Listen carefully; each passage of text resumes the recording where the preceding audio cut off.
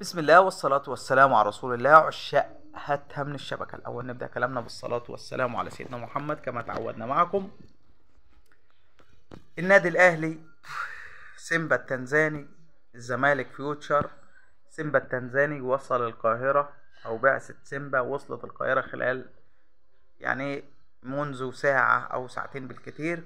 وصلت القاهرة استعدادا للقاء العودة أمام الأهلي يوم الجمعة بعد بكرة في دوري أبطال أفريقيا. الأهلي كان فاز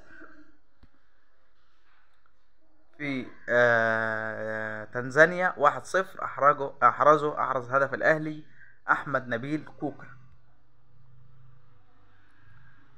فالنادي الأهلي بيستعد للقاء سيمبا. زي ما قلت لك الأهلي صاعد. انتظر شوف مين منافس الأهلي في سيمي فاينال دوري أبطال أفريقيا زي ما قلت لك قبل كده.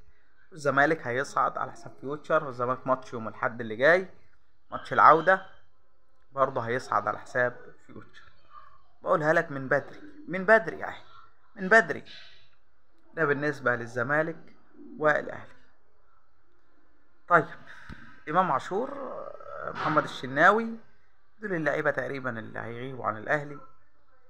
إنما في الزمالك أكتر من 7-8 لعيبة إصابات، والثلاثي ناصر ماهر وعبد الله السعيد و سيف فاروق جعفر بسبب لوائح الفيفا ما ينفعش يشاركوا عشان كانوا مشاركين مع بيراميدز في البطولات الأفريقية هذا العام.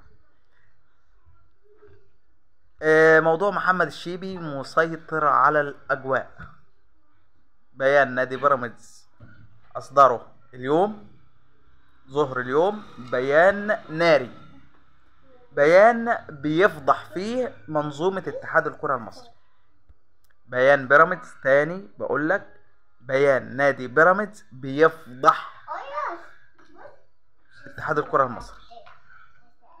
من الواضح ان بيراميدز خلاص، انتوا بتقولوا على لاعبتي بتاخد منشطات، طيب ماشي، احنا عايزين حقنا في موضوع محمد الشيبي. وقال لك احنا داعمين لمحمد الشيبي، واحنا ورا وفي ظهر محمد الشيبي. محمد الشيبي من خلال محاميه امبارح طلع بيان قال احنا لا تراجع ولا استسلام، لا تراجع ولا استسلام، ومصعدين لاعلى المستويات في موضوع حسين الشحات.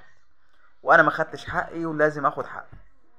هصعد للاتحاد الدولي، للكاس، للمحكمة الرياضية الدولية، هصعد لأعلى المستويات بحيث اخد حقي من حسين الشحات. هو محمد الشيبي شايف نفسه انه اتظلم، اتهان، اتشتم، اتسب، امه اتشتمت، فعايز حق ده كله، عايز حقه تالت ومتلت. ده محمد الشيبي. فحسين الشحات شكله هيروح في الرجلين.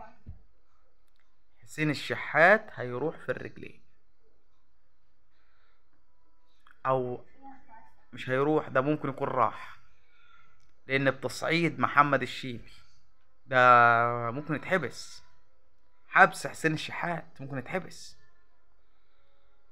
ان ده تعدي واضح على الهوا، صوت وصورة، بالألم، بالصف على الوجه، والشتيمة والسب. فحسين الشحات لو الموضوع ما تلمش، حسين الشحات باي باي باي باي. اتحاد الكرة هيتحل.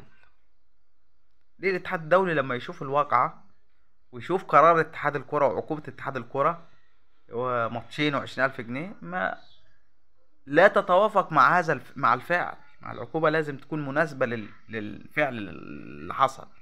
طب الفعل اللي حصل من حسين الشحات يستاهل ماتشين 22,000 جنيه غرامة؟ الاتحاد الدولي ساعتها ممكن يحل اتحاد الكورة ويوقف حسين الشحات لأجل بعيد.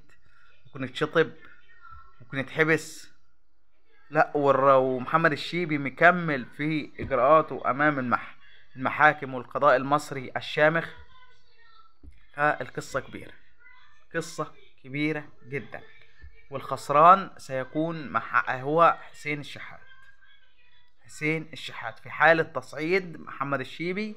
بيراميدز النهاردة شعللها ببيان للتاريخ، قال لك احنا في ظهر اللاعب بتاعنا، انتوا عايزين توقفوا رمضان صبحي وتقولوا منشطات ومش عارف ايه؟ طب تعالوا بقى، استلقوا وعدكم، استلقوا وعدكم.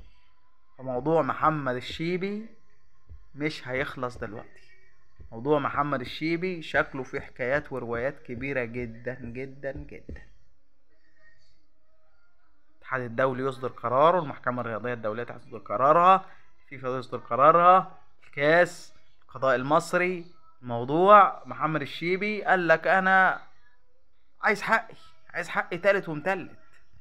دلوقتي الاهلي واتحاد الكورة فيهم بركان غضب بسبب اللي بيحصل ده. حسين الشحات تتفق تختلف ماليش دعوه باخلاقه، هو غلطان طبعا، غلطان غلطان غلطان، وهو اتاسف كتير لمحمد الشيبي.